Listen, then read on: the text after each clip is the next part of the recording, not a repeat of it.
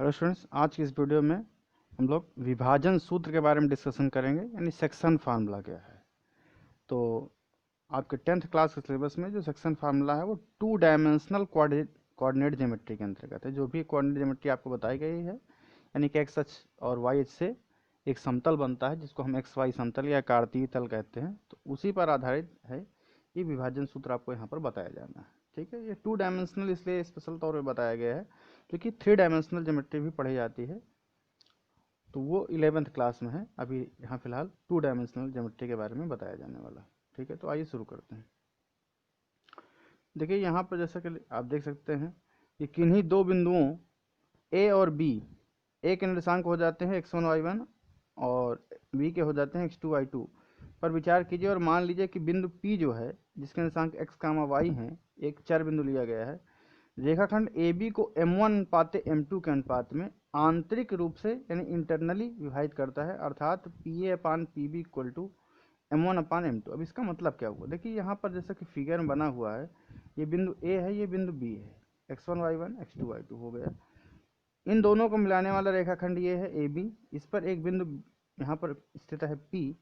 तो P बिंदु जो है इस प्रकार से स्थित है कि AP और BP, AP और BP या BU का है PA और PB का जो अनुपात है m1 अनुपात m2 है। ठीक है, जैसे 2:3 है, 3:4, इस प्रकार से कुछ भी हो सकता है संख्यात्मक रूप से। अभी तो जनरली लिया जा रहा है तो m1 और m2 लिया जा रहा है। ठीक है, तो m1 अनुपात m2 है और इस बिंदु P जो है इसके निर्देशांक हम x कामा y लिख लेते हैं। तो अब इस बिंदु P के निर्देशांक क्या होंगे, हम कैसे फाइंड करेंगे, तो इसके लिए यहाँ पर सूत्र बताया जाना है। हालांकि इस सूत्र का डेरिवेशन भी है, लेकिन फिलहाल अभी डेरिवेशन ना बताकर पहले हम डायरेक्ट केवल सूत्र पर बात करेंगे कि उसके निर्देशांक बनेंगे m1 x2 plus m2 x1 अपान m1 प्लस m2 कामा, ये भुज हो गया, कोटि अंक में हो जाएगा m1 y2 plus m2 y1 अपान m1 प्लस m2। ठीक है, तो ये इस प्रकार से बिंदु P के निर्देशांक पता चल जाएंगे। इसी को हम लोग विभाजन सूत्र अर्थात सेक्शन फार्मूला कहते हैं। ठीक है, इस सूत्र को A जो है P और B से वाइज पर लंब डाल करके, मतलब हम इसको अलग अलग तरीके से इसका डेरिवेशन कर सकते हैं, जैसे यहाँ से लंब डाल करके कर सकते हैं, लेकिन अभी फिलहाल डेरिवेशन के बारे में नहीं यहाँ चर्चा की जाने वाली है। आपको केवल शुरुआत में केवल फार्मूला लर्न करना है। ठीक है, कि दो बिंदु हैं A और B, x1 y1 x2 y2 को मिलाने वाले रेखाखंड को आंतरिक रूप से विभाजित करने वाले बिंदु P के निर्देशांक हो जाते हैं m1 x2 plus m2 x1 अपान m1 प्लस m2 कामा m1 y2 plus m2 y1 अपान m1 प्लस m2। यहाँ पर देखिए आंतरिक रूप का मतलब यह हो जाता है कि बिंदु P जो है वो A और B के मध्य है।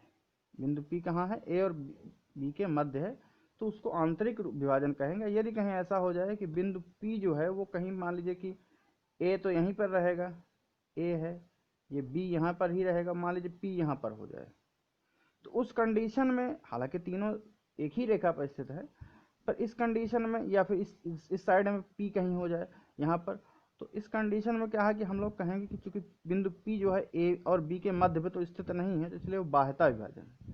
तो बाह्यता विभाजन के हालांकि कोई क्वेश्चन आपके सिलेबस में नहीं है, लेकिन अगर आप फार्मूला देखना चाहते हो तो उसमें केवल इतना हो जाएगा कि जैसे यहाँ पर दोनों स्थानों पर प्लस प्लस है तो माइनस माइनस हो जाएगा, यहाँ दोनों स्थानों पर प्लस प्लस है तो वो माइनस माइनस हो जाएगा, अर्थात बन जाएगा बाह्यता विभाजन के लिए m1 x2 minus m2 x1 अपान m1 माइनस m2, और इसमें आ जाएगा m1 y2 minus m2 y1 अपान m1 माइनस m2। ठीक है, अब अगर आप बिंदु P को कह दें कि k अनुपात 1 के अनुपात में बांट रहा है, तो k अनुपात 1 का मतलब हो जाएगा कि m1 के स्थान पर आपको k रख देना है और m2 के स्थान पर आपको 1 रख देना है। ठीक है, तो इस तरीके से इसमें रखेंगे जब, तो k x2 प्लस x1 अपान k प्लस 1 और k y2 प्लस y1 अपान k प्लस 1 बन जाएगा। अब यहाँ पर अगर कहा जाए कि m1 और m2 बराबर हो जाए, तो m1 अनुपात m2 अगर यानी m1 और m2 बराबर हैं, अर्थात AP अनुपात PB बराबर है, तो AP और PB बराबर होने का मतलब क्या है कि m1 बराबर m2 आ जाएगा, अर्थात हम कह सकते हैं कि 1:1 के अनुपात में बांट रहा है। अर्थात P कहने का मतलब यहाँ पर यह है कि P अगर मध्य बिंदु हो जाए रेखाखंड AB का, तो उस कंडीशन में क्या होगा, तो यही m1 m2 के स्थान पर आप 1 1 रख सकते हैं, तो इसका बन जाता है आपका formula x1 plus x2 by 2 y1 plus y2 by 2, जो कि इसी से डिराइव किया जाता है। तो आपको इन दोनों फार्मूलों को यहाँ पर याद रखना है। मध्य बिंदु निकालने के लिए क्या सूत्र है और विभाजन सूत्र क्या है, ठीक है। आइए इस पर आधारित कुछ क्वेश्चन देख लेते हैं। जैसे कि उस बिंदु के निर्देशांक ज्ञात कीजिए जो बिंदुओं 4, -3 और 8, 5 को जोड़ने वाले रेखाखंड को आंतरिक रूप से 3:1 के अनुपात में विभाजित करता है। तो ये हो जाता है हमारा x1 y1, ये हो गया x2 y2। देखिए ध्यान दीजिएगा कि जो भी क्वेश्चन में इसमें सावधानी ये रखनी है कि जैसे ये दो बिंदु दिए गए हैं, अब इनमें ये बिंदु पहला है और ये बिंदु बाद में दिया गया है, तो उसी क्रम में लेंगे। जो पहले है उसको x1 y1 और जो बाद में है उसको x2 y2। इसी प्रकार से अनुपात में भी जैसे 3:1 कहा जाता है, तो पहले वाले को m1 कहा जाएगा, बाद वाले को m2 कहा जाएगा, अर्थात m1 का मान 3 हो जाएगा, m2 का मान 1 हो जाएगा। तो किसी भी स्थान पर यहाँ क्रम नहीं बदलना है आपको। यहाँ पहले बिंदु को x1 y1, दूसरे बिंदु को x2 y2, पहले अनुपात को m1, दूसरे अनुपात को m2 रखना है। अर्थात अगर हम यहाँ क्रम बदलेंगे तो फिर गलत हो सकता है। तो मान लीजिए कि वांछित बिंदु आपका जो कि कहा जा रहा है कि 3:1 के अनुपात में विभाजित करने वाला बिंदु कौन सा है, तो मान लीजिए एक्स वाई है। तो x का मतलब भुज कैसे आता है आपको मालूम है कि m1 x2 plus m2 x1, m1 x2 plus m2 x1 अपान m1 प्लस m2 ये है।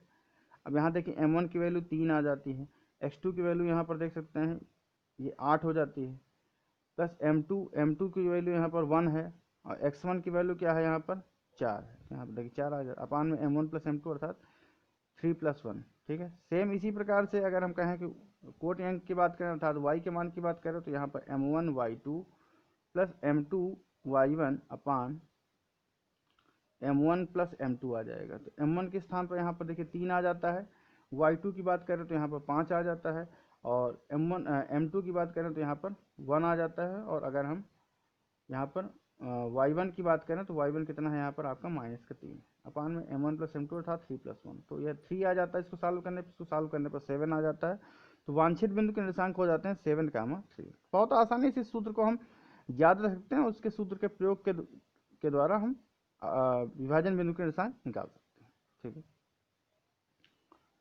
अब देखिए नेक्स्ट क्वेश्चन जो यहाँ पर डिस्कस किया जाने वाला है यह है कि बिंदु जो है एक है आपके पास -4, 6, दो बिंदु हैं, एक है a -6, 10 और b है 3, -8 को जोड़ने वाले रेखाखंड को किस अनुपात में विभाजित करता है, ठीक है। तो मतलब a और b है, मान लीजिए a है ये b है, बिंदु ये जो दिया गया है आपको -4, 6 ये भी कहीं पर है, फिलहाल के लिए अभी यहाँ पर मान लेते हैं। तो ये किस अनुपात में, मान लीजिए बिंदु p है तो AP अनुपात PB कितना है, इसका अनुपात हमें ज्ञात करना है। यहाँ पर देखिए ये बात हम अभी मानकर चल रहे हैं कि APB एक सरल रेखा में, हालांकि सिलेबस में आपके जो भी क्वेश्चन आएंगे वहाँ पर ऐसा ही होगा कि तीनों बिंदु जो हैं सरल रेखा में अनिवार्यता होंगे, पर फिर भी जनरली अगर हम बात करें तो अभी हम ये मान कर चल रहे हैं कि APB जो है एक सरल रेखा में, बाद में हमें पता भी चल जाएगा कि हाँ सरल रेखा में है अथवा नहीं, और अनुपात की भी जानकारी हो जाएगी। तो देखिए जो बिंदु है सूत्र वैसे ही हम लगाएंगे। ये बिंदु दिया गया था आपका -4, 6 वो लगा दिया गया। और अगर हम कहें कि इसकी बात करें तो बिंदुओं की बात करें तो पहला बिंदु जो a था उसको x1 y1, दूसरे बिंदु b को हमने x2 y2 मान दे दिया। तो अब यहाँ पर देख सकते हैं आप उसी फार्मूला का प्रयोग कर दिया गया है। तो ये x2 है तो यानी m1 x2, तो m1 के स्थान पर m1 ही रखा गया है क्योंकि हमने यहाँ पर मान लिया है कि m1 अनुपात m2 के अनुपात में विभाजित कर रहा है। तो m1 के स्थान पर m2 रहेगा, m2 और मतलब m1 के स्थान पर m1 और m2 के स्थान पर m2 ही रहेंगे। केवल x1 y1 x2 y2 के मान रखने हैं, तो उसके मान रखने पर हमारा ये बन जाता है इस तरीके से। और अब यहाँ पर -4 को यानी भुज को भुज के बराबर कर दीजिए और कोटि अंक को कोटि के बराबर कर दिया जाए।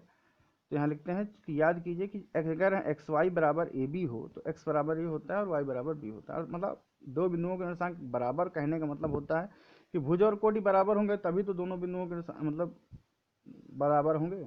कहने का मतलब यह है कि अगर हम सीधे सीधे कहें कि दो बिंदुओं के निर्देशांक तो मतलब एक ही बिंदु है वो, ठीक है। तो या हम सीधे सीधे ये नहीं भी लिखें तो केवल इतना लिख सकते हैं तुलना करने पर। तो -4 जो है इसका भुज है, उधर का भुज जो है आपका ये है 3m1 - 6m2 अपान m1 प्लस m2।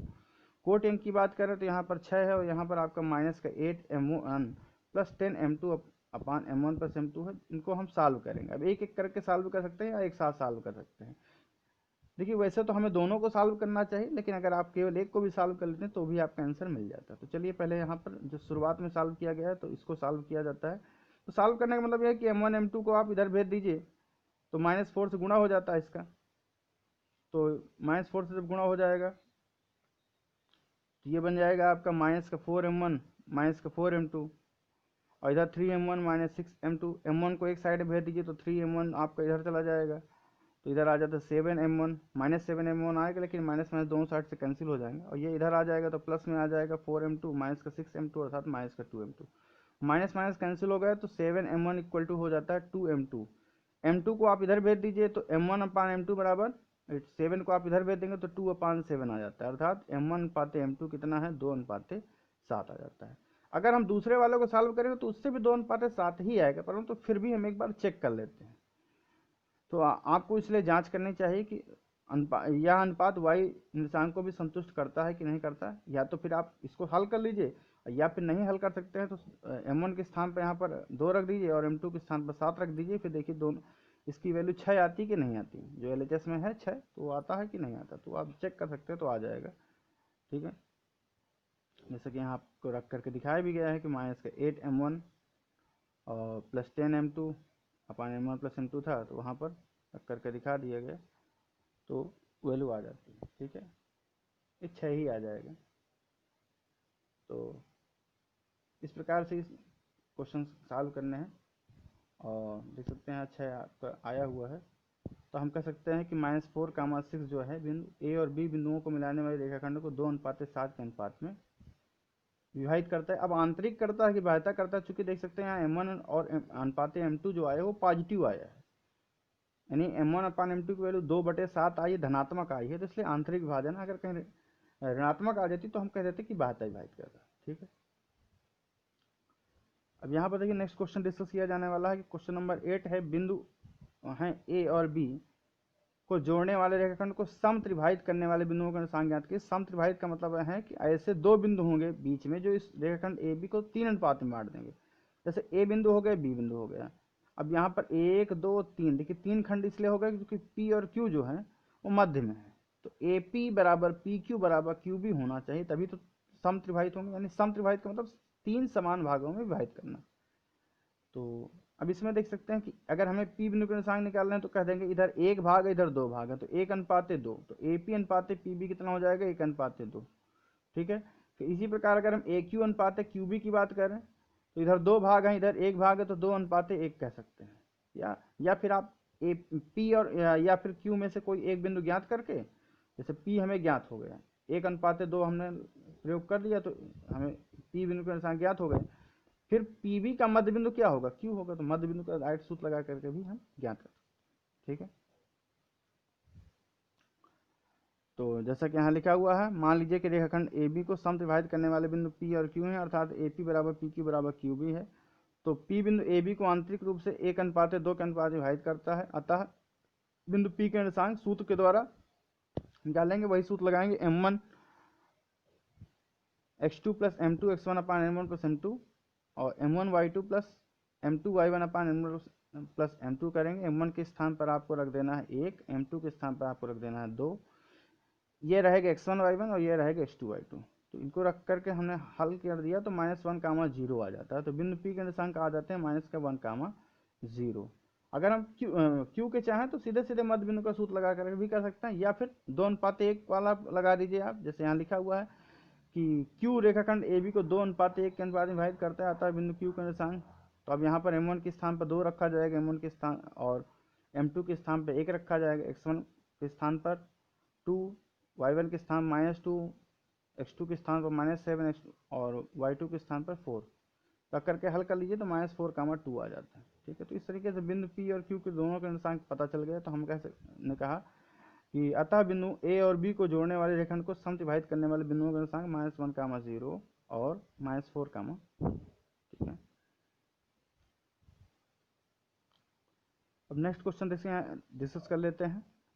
बिंदु है आपके पास -5 और -1 -4 को जोड़ने वाले रेखाखंड को वाई एच किस अनुपात में विभाजित करता है। देखिए ये दो बिंदु हैं, इनको अगर हम जोड़ेंगे, मान लीजिए ये बिंदु हो गया, एक बिंदु ये हो गया। अब ये वाई एच इस तरीके से है, तो वाई एच जो है ये कहीं ना कहीं प्रतिच्छेद कर रहा है। तो मान लीजिए यहाँ पी पे कर रहा है, ये पहला बिंदु ए मान लीजिए, दूसरा बिंदु अगर हम बी मान लें, तो ये ए पी अनुपात है पी बी कितना, ये पता करना है। ठीक है, तो वाई एच इसको किस अनुपात में विभाजित करता है, ये हमें ज्ञात करना है। तो इसको ज्ञात करने के लिए क्या करना है आपको, और इस प्रतिच्छेद बिंदु के निर्देशांक भी आपको ज्ञात कर लेना है। तो जैसा कि मान लीजिए कि हमने कहा कि भाई के अनुपाते 1 के अनुपात में विभाजित कर, देखिए के अनुपाते 1 रखने से थोड़ा कैलकुलेशन हमारा आसान हो जाता है। नहीं, आप m1 अनुपाते m2 भी कर सकते हैं, उससे भी आंसर तो आ जाएगा, लेकिन थोड़ा कैलकुलेशन में आपको समय ज़्यादा लगेगा। तो जैसे के अनुपात 1 कर दिया गया, तो के अनुपात 1 का मतलब हो जाता है कि m1 के स्थान पर आपको के रख देना है और m2 के स्थान पर आपको 1 रख देना है। ठीक है, और विभाजन सूत्र लगा दीजिए। विभाजन सूत्र में देखिए x1 y1 x2 y2 रहेगा। तो यहाँ लिखा गया है कि उस रेखाखंड को के अनुपात 1 के अनुपात में विभाजित करने वाले बिंदु के निर्देशांक कितने हैं। -k+5/k+1 -4k-6/k+1। अब देखिए ये बिंदु जो है, चूंकि अभी हमने जैसा कि बताया है, ये बिंदु ए हो गया, ये बिंदु बी हो गया, वाई एच ये हो गया, ये वाई एच है।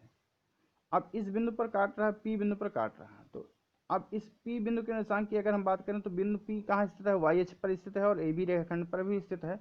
तो बिंदु पी चूंकि वाई एच पर स्थित है, तो वाई एच पर कोई भी स्थित बिंदु होता है तो उसका भुज अंक क्या होता है, वो 0 हो जाता है। वो निश्चित तौर पर भुज अंक उसका 0 ही होगा, इसमें कोई संदेह नहीं। तो इसलिए भुज अंक को 0 के बराबर आप कर सकते हैं। तो यहाँ देखिए लिखा हुआ है, यह बिंदु y पर स्थित है, अतः हम जानते हैं कि y निर्देशांक पर भुज बराबर क्या होता है, 0 होता है। तो भुज कितना है, ये आपका भुज है, अर्थात -k+5/k+1 बराबर 0 कर दिया गया। तो यहाँ से हल करने पर k+1 चूंकि उधर जाएगा, 0 से मल्टीप्लिकेशन होकर 0 हो जाएगा, तो -k+5 = 0, अर्थात k = 5 आ जाएगा। ठीक है, तो पता चल गया। अब 5 आ गया, तो 5:1 की बात कही गई थी, तो 5:1 के अनुपात में बात करा।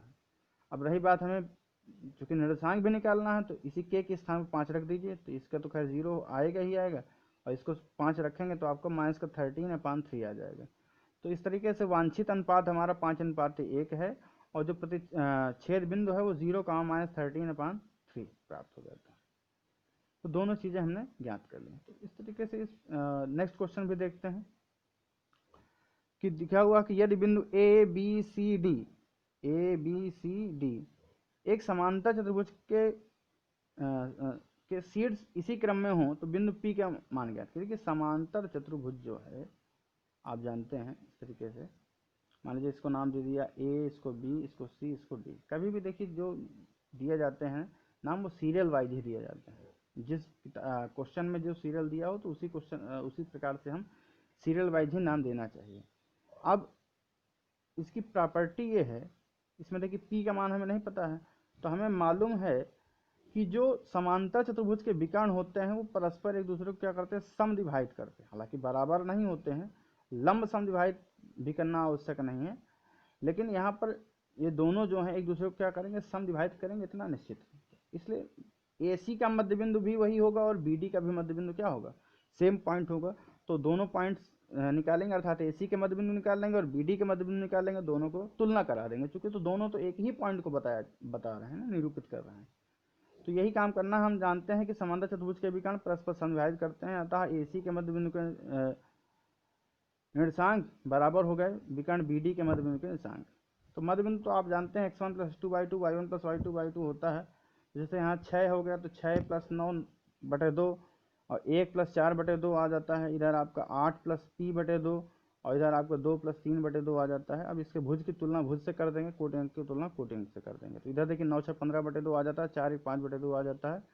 इधर आपका 8 + p/2 2 + 3 यानी कि 5/2 आ जाता है। तो 15/2 किसके बराबर है, 8 + p/2 के बराबर। देखिए 5/2 तो ऑलरेडी बराबर ही है, तो 2 से 2 कट गया, तो 8 को उधर भेज देंगे, तो 15 - 8 = 7। तो p का मान देख सकते हैं आ गया, इस प्रकार से 7 आ जाता है। तो इस प्रकार समांतर चतुर्भुज हो, आयत हो या वर्ग हो, इससे संबंधित अगर कोई भी क्वेश्चन आता है, तो हम उचित सूत्रों का प्रयोग करके जो भी अननोन क्वांटिटी है उसको हम ज्ञात कर सकते हैं, अज्ञात राशि का मान ज्ञात कर सकते हैं। तो देखिए इस प्रकार से यहाँ पर आपने देखा कि विभाजन सूत्र का प्रयोग करके हम काफ़ी क्वेश्चंस को सॉल्व कर सकते हैं। विभिन्न प्रकार के क्वेश्चंस आपको यहाँ पर समझाए भी गए, और अगर कोई एक दो प्रकार के क्वेश्चन है तो उनको भी आप सॉल्व करिए, और कोई समस्या है तो आप डिस्कशन पूछ सकते हैं उसको। तो आशा है कि सारी चीज़ें आप लोगों को समझ में आ गई होंगी। अधिक से अधिक प्रैक्टिस करेंगे तभी और भी चीज़ें स्पष्ट हो जाएंगी।